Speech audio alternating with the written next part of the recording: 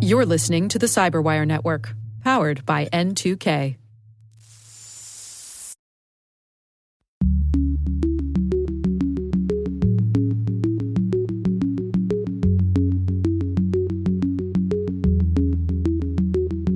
All of that plays into the hands of our adversaries who want us tied up in knots, pointing the finger at each other instead of at them and blaming them for what they are doing to us. Hello, everyone, and welcome to Caveat, the Cyberwire's Law and Policy podcast. I'm Dave Bittner, and joining me is my co-host, Ben Yellen from the University of Maryland Center for Health and Homeland Security. Hello, Ben. Hello, Dave. On this week's show, Ben looks at facial recognition technology being used on protesters. I've got the story of ICE and DHS buying up moment-by-moment mobile device location data, and later in the show, my conversation with Jamil Jaffer from IronNet Security. Prior to joining IronNet, Jamil served as the chief counsel and senior advisor for the Senate Foreign Relations Committee and senior counsel to the House Intelligence Committee, where he led the committee's oversight of NSA surveillance. He also worked in the White House during the Bush administration as the associate counsel to the president, so stick around for that.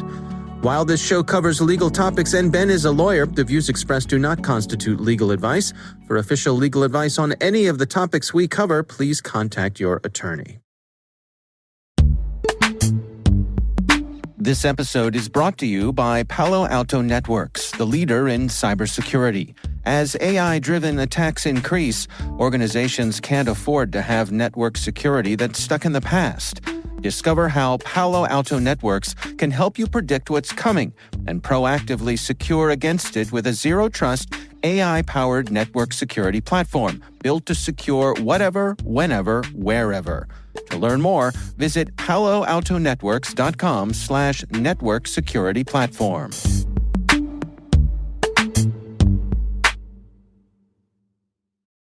All right, let's get things going with our stories here this week. Ben, what do you have for us? So if you'll recall, back on June the 1st of 2020, there was a large protest emanating out of the nationwide George Floyd protests in Washington, D.C., right by the White House in Lafayette Square. Things got very heated there. Tear gas was used on protesters. The President of the United States used that opportunity to have a photo in front of the church across the street from the White House, Lafayette Square. Very scandalous. Another thing that happened, and I swear I'm getting to the relevant part of the story here. The other thing that happened is there was a protester who punched out a member of law enforcement. He was wearing a tie-dyed shirt. That's kind of all they really knew about him. They were not able to positively identify this protester, but a law enforcement officer, found an image of this person on Twitter and put it into a facial recognition system and were able to identify him and were able to arrest him. So what we found out from this article is there is a database of up to 1.4 million facial recognition records that's used by law enforcement agencies across the national capital region. And this just represents, I think, the pattern we're seeing of increased use of this technology by local law enforcement. This was previously something that was secretive. It was only discovered because enterprising journalists did a good job reviewing court documents to see how they obtained evidence against this protester. But this is something that operates entirely outside the public view. And 14 local and federal agencies across the DC area have access to this. So obviously civil liberties groups are up in arms. You know, they say this has a chilling effect on First Amendment rights because people are going to be less likely to show up at protests if they know that they might be nabbed by a facial recognition system. And then, I think it's important to note that these were protests concerning issues around racial justice. And we know, and we've talked about this a bunch of times, Dave, that algorithms used in facial recognition technology are just as racist, if not more so, than we are as human beings. And make false identifications of people of color. So that's sort of the two-pronged concern here. So law enforcement agencies have arduously defended their use of this. They're saying, I think correctly, that this is a very effective tool, but I think it's disturbing from a civil liberties perspective just to see the scope of this in one geographic area. And whenever something like this becomes public, I think it really could have a chilling effect on people being willing to exercise their First Amendment rights. Yeah. Let me just play devil's advocate here. Not that the devil needs an advocate, but in the article, they point out that this database, which consists of 1.4 million images, is drawn from mugshots supplied by the agencies who partner in this project. They say the system does not contain images from government motor vehicle departments or other public sources that would allow someone who has not been arrested to be unwittingly enrolled in the database. So I can see the argument being made here that this is merely automation applied to an image collection process that law enforcement already has underway. That is a routine part of what law enforcement does. I don't think any of us have any problem with law enforcement using mugshots. So how would this be out of bounds? So that's a great question. The first thing I would say is those algorithms. We know that they're fundamentally flawed. That's what you get using facial recognition that you wouldn't get by, for example, having a human in a police laboratory looking through a bunch of different mugshots. It's just you don't have that same type of bias. So that's the first thing I would say. The second thing is not everybody who gets a mugshot ends up being convicted of a crime. You get a mugshot upon arrest or indictment. I have a problem with using mugshots as a database, especially when we know that people of color, for example, are arrested with much higher proportions than white people, frankly. So there's certainly a racial justice element to that. I do think this is better than what we've seen from other facial recognition software instances across the country, uses by law enforcement where they are scraping records from the DMV, or the MVA, as we call it in Maryland, vehicle registration records, et cetera. I mean, I do think that is more worrisome because that's everyone who drives a car. But I don't think we should take comfort in the fact that it's only mugshots. I still think that leaves open the potential for abuse just because of the potentially biased nature of the algorithms themselves and the fact that mugshots are not necessarily indications of past guilt. And, generally a principle we have in the legal world is we shouldn't judge people based on their previous run-ins with the law. I'm not sure if that's fully applicable to the circumstances here, but it certainly is a principle. And so, I think relying on the fact that people have been arrested in the past to effectuate arrests in the present is, something that I'm not entirely comfortable with. What about the fact that they were trying to keep this under wraps, that they were trying to keep quiet the fact that they were doing this? I mean, does that, I suppose that points to the fact that they knew they were going to be brought under criticism for it? Yeah. I mean, I think they are fully aware that anytime such a program is uncovered, there's going to be blowback from civil liberties groups. The ACLU will find out. The Electronic Frontier Foundation will find out. And they're going to be pissed. They are going to be pissed. It also potentially can disrupt cases as it did here. I mean, the charges against this individual were dropped. We're not exactly sure why that was. The article here suggests that the algorithm itself performed well, but the investigators didn't follow proper safeguards against misidentification. So what that suggests to me is this is still in a trial phase. This is not something that law enforcement is well situated with, and they're not used to getting to the point in an investigation where their key form of evidence has been gleaned from facial recognition, where they have to justify it in a court document. And once you get to that point, once a judge looks at it and says, all right, well, did you actually dot all the I's and cross all the T's? That's where they're going to be exposed. And, for the most part, except when you're dealing with certain areas of classified information, all of these court documents are public record. And so journalists are going to find out about it. So that's sort of the catch-22. I mean, it's a great tool in effectuating arrests, but if you use it, you're going to have to make it public to one degree or another, and that's going to invite the backlash. Right. You can't have these questions that we still have when it comes to the technology. I guess I'm still scratching my head and wondering, because I would imagine that if you're running someone's picture through a mugshot database and that mugshot database comes up with a few hits, it's not like some law enforcement officer or whoever's handling the prosecution of this isn't going to then look at the picture that comes up as a hit, compare it to the picture of the guy out in public, and, use their human brain to decide if that's a close enough match to go forward or not. Right. And, as we've mentioned for a bunch of other surveillance programs, that's something we can accept from law enforcement because they have limited resources. There's only so many times you can do that level of investigative work. But when you have something like facial recognition, you just multiply that by an unknown factor where it's not labor intensive. We don't necessarily know how cost effective this all is, but it's not something that's going to use up a lot of law enforcement resources, meaning you can use it on a much larger scale.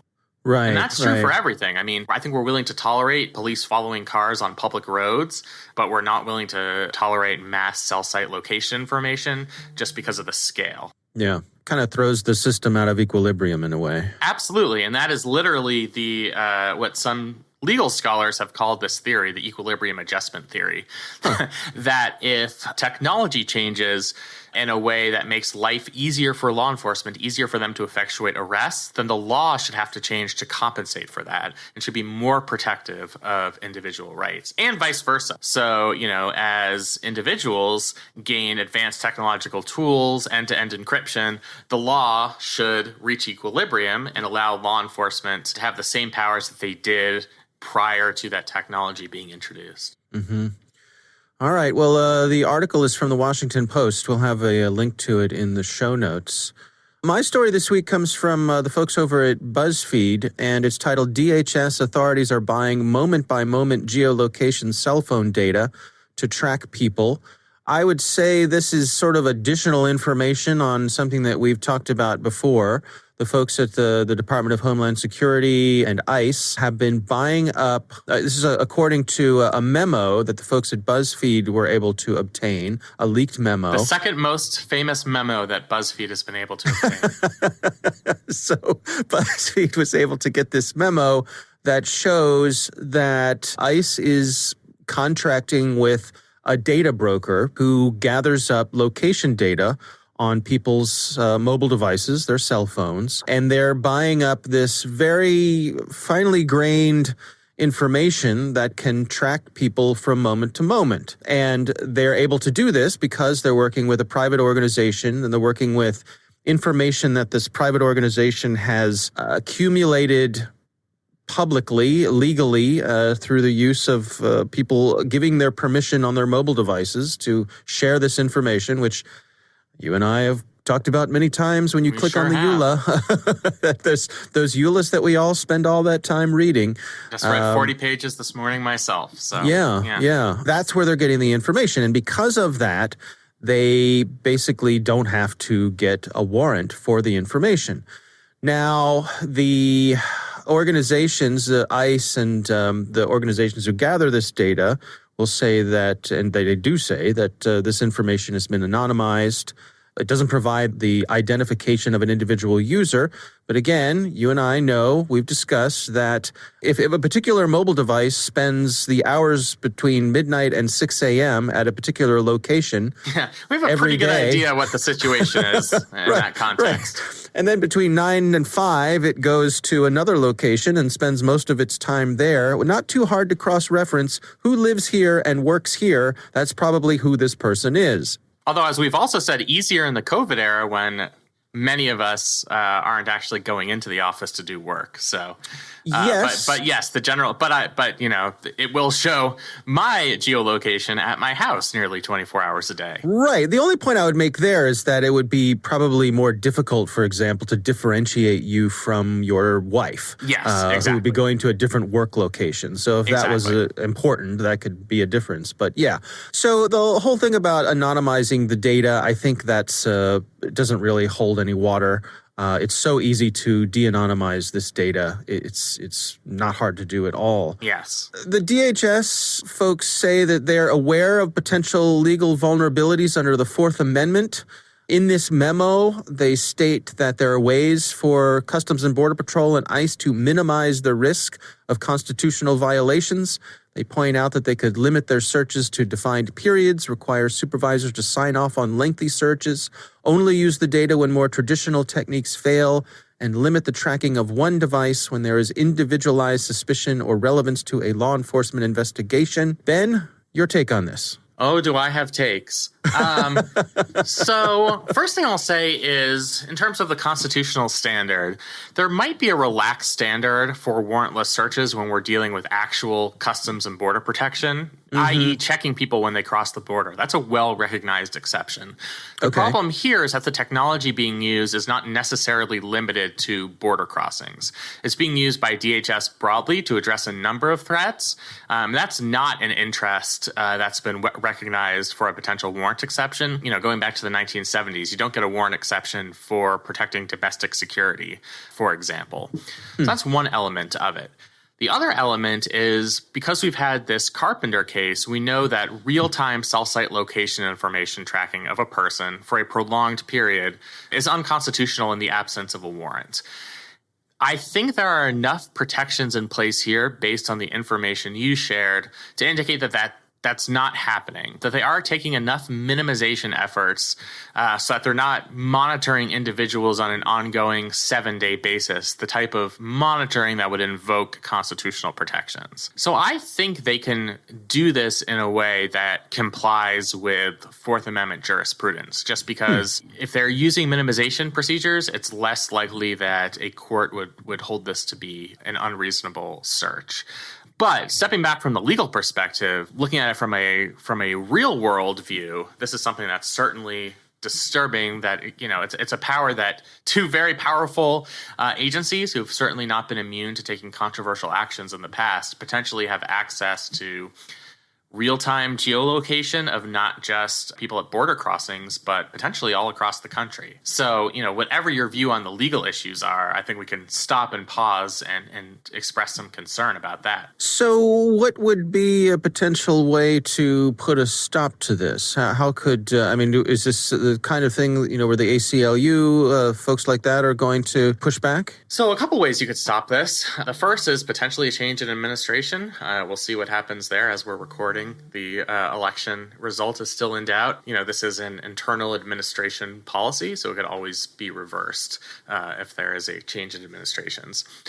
I think the legal avenue is going to be difficult for a number of reasons. For one, finding a plaintiff who has standing is going to be difficult. A plaintiff would have to have a particularized injury, and most people who are going to be surveilled under this program are going to have no idea that they're being surveilled, unless they're prosecuted for a crime, which could happen. But the ACLU would have to wait for that to actually become a case and or controversy. And then, like I said, I just think this type of collection, because it is potentially related to border security and because there are these protections in place to protect against overbroad surveillance, I think would probably pass constitutional muster. What about the collection itself? I see we're starting to get more momentum, I suppose, from people saying that we need to put a stop to this kind of collection overall. Yeah, I think there's an absolutely valid criticism that government agencies writ large have endowed themselves with unacceptable powers as it comes to surveillance. And, whatever the ends are, and the ends might be justified, the means aren't justified. Even if you believe in the mission of ICE and DHS, potentially collecting location information on millions of Americans is, not a price that many of us are willing to pay. As always, the problem here is that these programs are secretive until they're uncovered in BuzzFeed. And it's just so hard these days for a story like this to permeate the public consciousness, where there'd be a backlash and congressional investigations. I just feel like that's very 2013, 2014, and kind of not where we are as a country right now, given the breadth of problems. I suppose it's easy for something like this to feel kind of far away, particularly if you're not in one of the border states where this is more of a local issue. Yeah, and I think a lot of people have the attitude, we've criticized this attitude, but a lot of people have it is, hey, I'm not doing anything wrong. If you want to look, go ahead and look. You and I know why that's not an acceptable answer, because oftentimes people are caught up in a dragnet, even if they weren't doing something that would make them guilty of a crime. But, I think that's kind of the perspective of a large portion of the general public. I see it with some of my students when I ask them, how would you feel potentially affected by this broad surveillance program? And every semester I get half of the students or more saying, well, I don't do anything wrong, so what do I care? And I think that's a pretty pervasive attitude. All right. Well, we got to stay vigilant, right? Stay vigilant. That's the message of the day. That's right. Stay vigilant. All right. Well, that is my story this week. Of course, we'll have a link to that in the show notes. We would love to hear from you if you have a question for us. And by that, I mean a question for Ben. Don't put that on me. You can call in.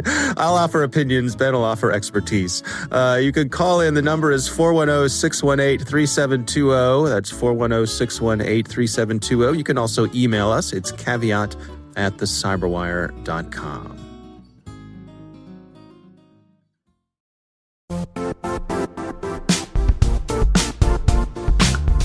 Now, a word from our sponsor, the Johns Hopkins University Information Security Institute, currently seeking qualified applicants for its innovative Master of Science in Security Informatics degree program.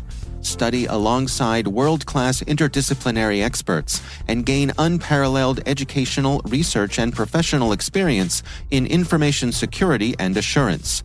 Interested U.S. citizens should consider the National Science Foundation's CyberCore Scholarship for Service program, which covers tuition and a $6,000 annual professional development allowance, as well as providing a $37,000 additional annual stipend. Apply for the scholarship and the fall semester by March 1st. Learn more at cs.jhu.edu/MSSI.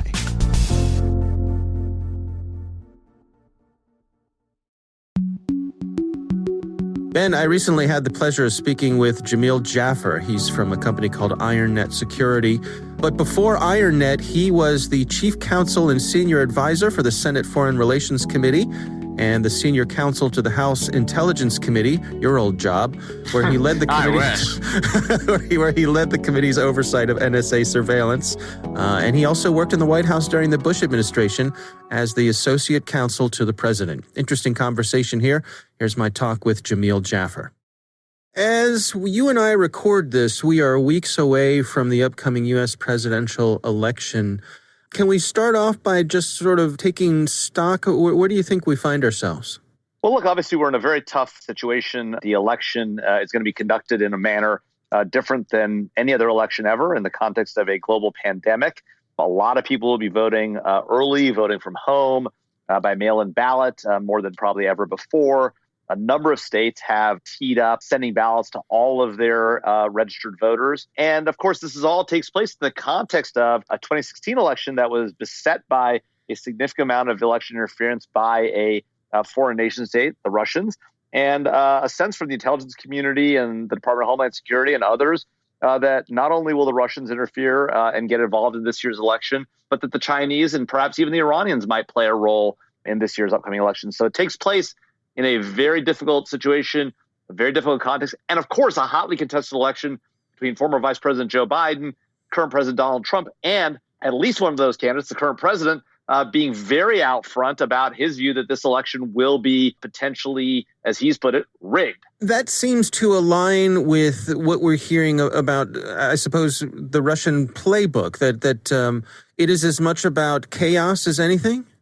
No, that's exactly right. I mean, the goal of the Russians is not necessarily to elect one candidate or another. I realize that's a hotly debated thing and has been a hotly debated thing since 2016. But what they benefit from, and frankly, what all of our foreign nation-state adversaries benefit from, is an undermining of the American people's trust in the election system, in the results of the election, in our rule of law institutions. And on that front, the Russians have been wildly successful since 2016 because they have managed to raise questions about whether President Trump was supported by them. They managed to raise questions about whether if Hillary Clinton had been elected, whether she was corrupt on issues. They managed to raise questions about Joe Biden and his son and Ukraine. And all of that, they've made us question our FBI, our intelligence community, our own outcomes, the president, Congress, everybody. We've had an impeachment effort ongoing. I mean, it is amazing. The Russians, if anybody was toasting in the Kremlin, it is Vladimir Putin and all of his cronies who have run what I predict will be viewed as the most successful covert influence operation probably in history. I want to check in with you on this story that came out recently about the intel official from the Department of Homeland Security, the whistleblower, and the story about them being ordered not to distribute this report on Russian election interference. Can you sort of start by giving us a quick overview of the story, and I'd love to hear your take on it. Yeah, so look, this is not the first time we've heard allegations made that there was an effort to suppress discussions coming out of the intelligence community or Department of Homeland Security or elsewhere about election interference. This has been a running theme for the last 4 years. But look, at the end of the day, we've seen actually the intelligence community and the head of the National Counterintelligence Center come out very clearly and talk about who's involved in the election, who might get involved, whether it's the Russians, the Iranians, or the Chinese, what their approach might be. So the intelligence community is out there talking about it. The Department of Homeland Security has put out a number of bulletins about Russian activities on our systems and the like, and others, not just election interference, but other activities also. So, whether this whistleblower is correct or telling the truth or their perception of what happened is accurate is sort of besides the point. What we do know, right, is that the Russians absolutely were involved, and frankly, were involved on both sides of a lot of issues, trying to create just dissension and anger and frustration among the American body politic in the 2016 election. And what we know for sure is they will do so again, and likely others will also, because, to be candid, they have not paid a price for what they did in 2016. We've indicted some folks in Russia, the Internet Research Agency, in indictments that will not be effective because we're never going to get our hands on those people. Congress implemented some sanctions on the Russians that haven't been particularly effective, but were there and at least did something. But they fundamentally haven't paid a price. And frankly, we've even heard politicians, including the president, go out publicly and say that he's skeptical of whether the Russians did this. And, at that famous meeting with Vladimir Putin, where he said, I know what the intelligence community says, but Vladimir is telling me they didn't do it, And so, that creates noise in the system also. And I think that's one of the challenges we face because, regardless of whether it's Joe Biden saying that, or his team saying that Donald Trump has some weird relationship with Russia, or Donald Trump saying, I think the election is going to be rigged or whatever it might be. All of that plays into the hands of our adversaries who want us tied up in knots, pointing the finger at each other instead of at them and blaming them for what they are doing to us. What sort of options would be available? I'm thinking if we had an administration in office that didn't have this peculiar deference that the Trump administration seems to have for Vladimir Putin, regardless of Republican, Democrat, just any administration, what sort of tools would they have available to them to push back on this, to be able to say to the Russians, knock it off? Yeah, so to be clear, the Trump administration has done some very aggressive stuff when it comes to Russia. The president has apparently, if we believe the newspaper reporting, has authorized much more forward-leaning engagement by the U.S. Cyber Command, right? What we call persistent engagement or defend forward. This is the first time that we've had that as a matter of doctrine. And it's the first time that any president has delegated the authority down to operational commanders to take actions against our enemies, whether it's for election interference or otherwise. And so there's no question that this administration has gotten aggressive and has punched back in some way. The question is it enough? Right. And clearly, because we know that the Russians are doing more and the Chinese and Iranians are thinking about getting involved, it hasn't been enough to deter them. And so there are reasons to be critical of the administration and say we haven't done enough. But it is worth knowing they have leaned forward, and Congress has gotten involved with these sanctions. What more could we do? It's not just about offensive activity or more forward-leaning activity on foreign systems in cyberspace. We can use other tools, right? If the sanctions aren't effective, let's get more effective. Let's put more sanctions in place. If sanctions aren't the only tool, we could implement all sorts of trade measures with respect to Russia, including against their oil exports, which they rely upon, and not just to us or to our allies, right? We can leverage them the way we did against the Iranians. We put maximum pressure on the Iranians to force their economy into a tough position, right? The president knows how to do that. We can be doing more of that. And frankly, if there was more bipartisanship between the White House and Congress, and both are responsible for this, right? You would see potentially a more effective effort. And so I think that's part of the challenge is we haven't used the full suite of tools we could to punch back. This is often the case, by the way, in cyber activities where we don't do enough to deter cyber offense by others. And that's when it becomes a problem. And in this case, we just haven't really engaged in full blown deterrence the way we should. As the election comes closer and closer, day by day, what sort of things should people be doing to counter this information narrative, to counter this disinformation? So a few things. One, we've really got to think about our election, the threats to our election system from a collective defense perspective, right? Today, when it comes to cyberspace, we expect every state, every locality to defend itself. We expect every company in the economy to defend itself. And yet that's never what we've thought about should happen when it comes to a nation state attack on us. We've always thought, if the Russians were to fly a Bear bomber over Minneapolis or Wisconsin or whatever it might be, we would expect the U.S. government to have surface-to-air missiles to defend against that. And yet today, whether it's election interference or theft of corporate IP like the Chinese have been doing to the tune of billions of dollars a year, trillions of dollars across the last decade and a half they've been doing it, the U.S. government is not defending against those things, right? And we've left it to private sector companies and individual states and individual localities. Now, the government has done some things. They've engaged more persistently overseas. DHS has provided some funding to states and localities, not enough to be clear, but they've been trying to get more, and Congress needs to do more on that front. But frankly, we need to think about defending as a nation. And what that means is localities need to come together with one another and with states. States need to come together with one another. Companies and states need to work together, and companies need to work with the federal government and with each other across industries, across multiple industries, to really create a whole of nation defense. That's the first and most important thing.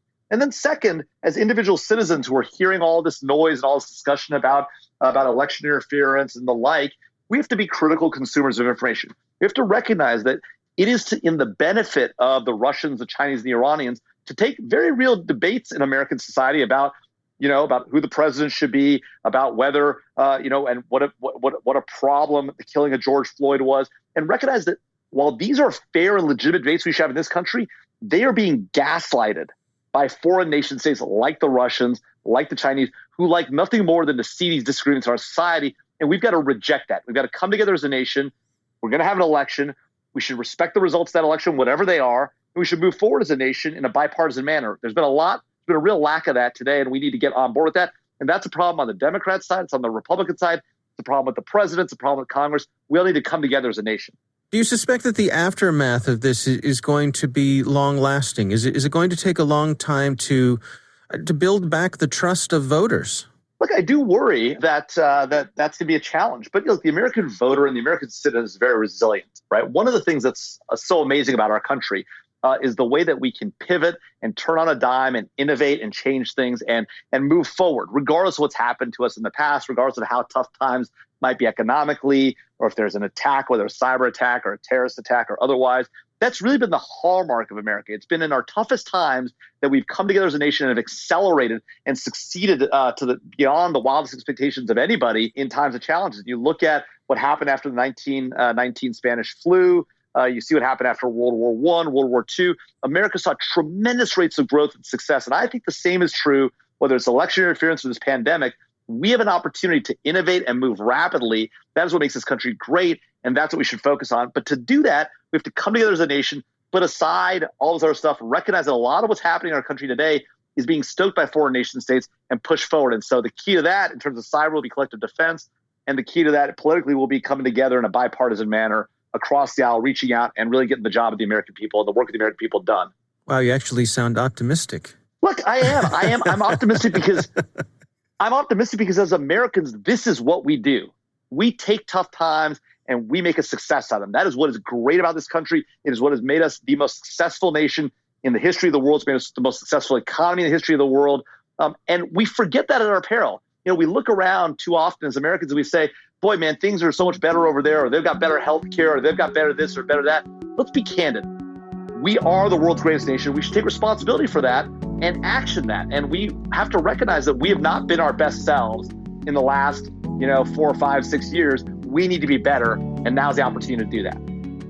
All right, Ben, what do you make of that? It was a really interesting and surprisingly inspiring discussion because the message at the end was one of optimism, despite all of these national security threats we face.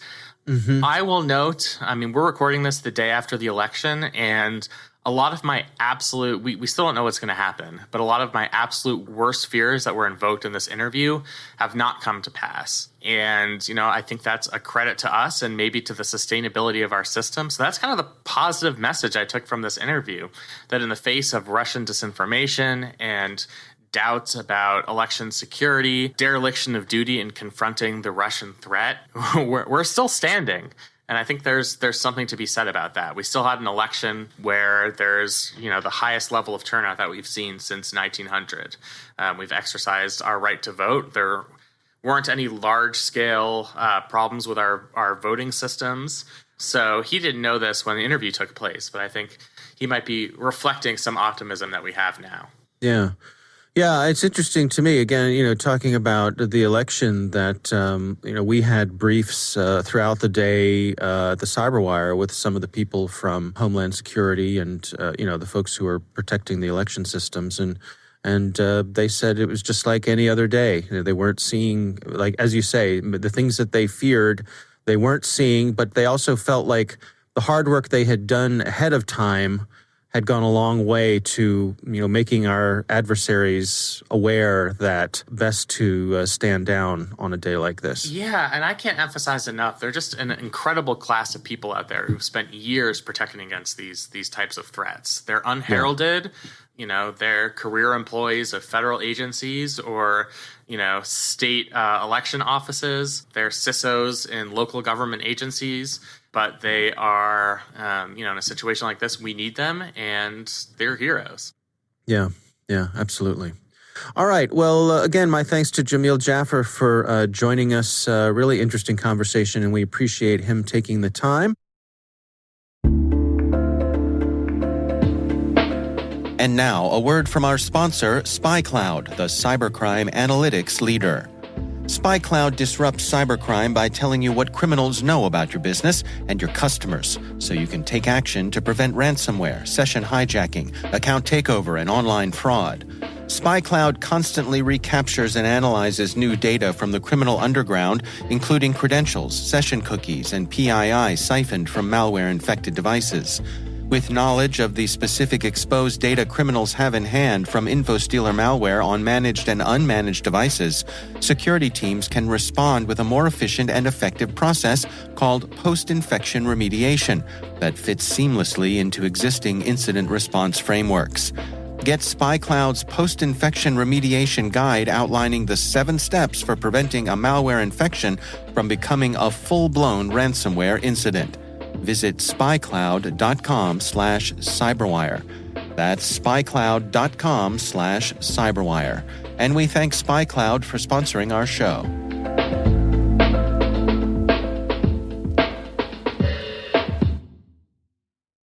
That is our show. We want to thank all of you for listening. The Caveat podcast is proudly produced in Maryland at the startup studios of Data Tribe, where they're co-building the next generation of cybersecurity teams and technologies. Our coordinating producers are Kelsey Bond and Jennifer Iben. Our executive editor is Peter Kilpie. I'm Dave Bittner. And I'm Ben Yellen. Thanks for listening.